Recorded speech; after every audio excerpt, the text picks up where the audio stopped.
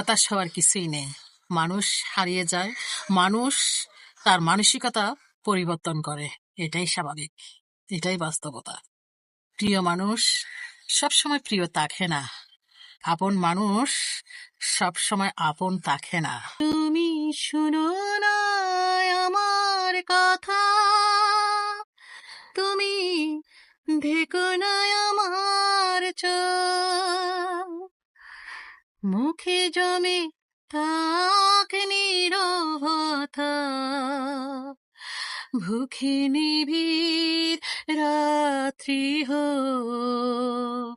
তুমি শুনো না আমার কথা, তুমি দেখো না আমার চোখ, মুখে জমে থাক নীরবতা,